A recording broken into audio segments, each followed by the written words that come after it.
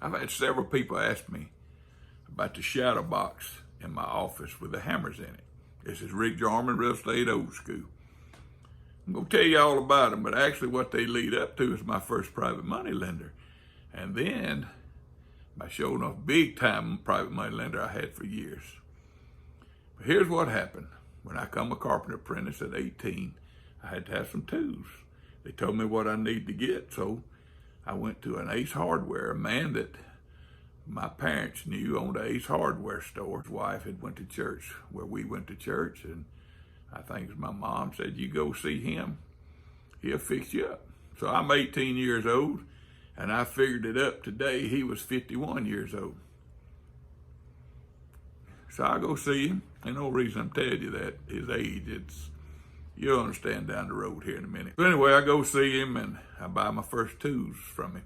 So in that shadow box, it has my first two hammers, a 16 ounce and a 13 ounce. That's what you used to use back in the day, 13 for trim and 16 for framing.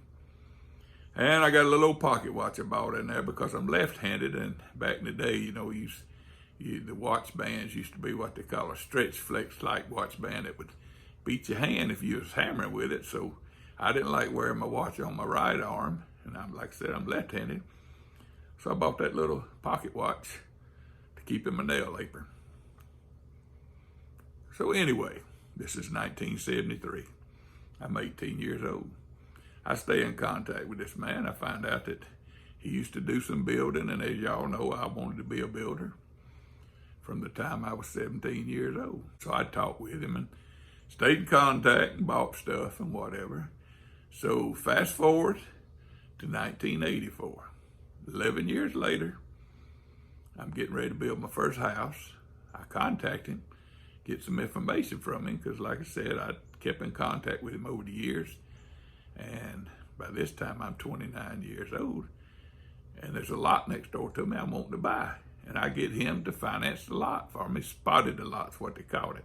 I didn't have to pay him for the lot till I sold the house after I built it.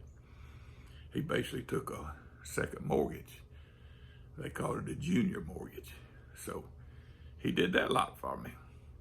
So then I approached him about other lots and things, and he'd work because he wanted to make interest on his money, like I've told y'all.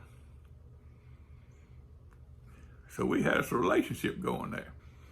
Well, I started going to the attorney he used, and I liked the man, and at that time I didn't have an attorney, I'm just getting started. So I talked to him, would he be willing to be my attorney? And he said he would.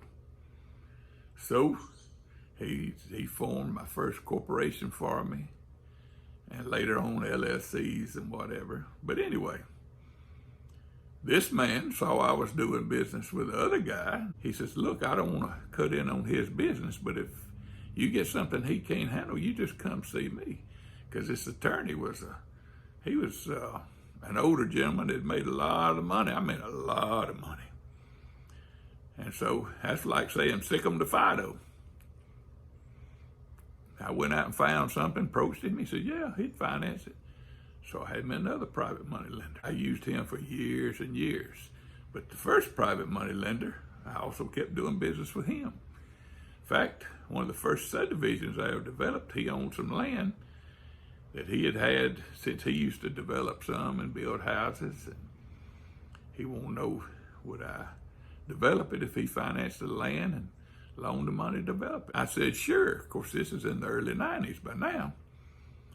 So he financed that for me. So anyway, I did business with him till about the time he passed away. Maybe I quit doing business with him about a year before he passed away. He died at 85. When he died, I was 52 years old. Now, I met him when I was 18. He started being a private money lender for me when I was 29.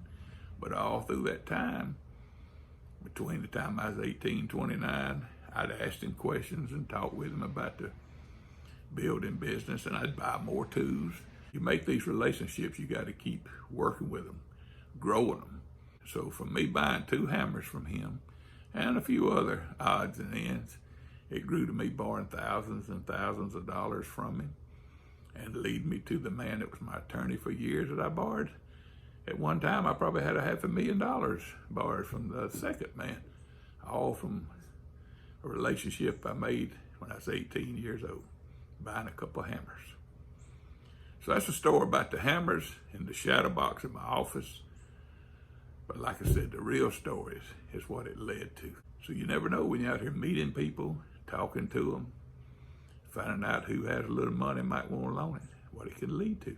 It's nothing like a good private money lender. So I'll talk with y'all tomorrow.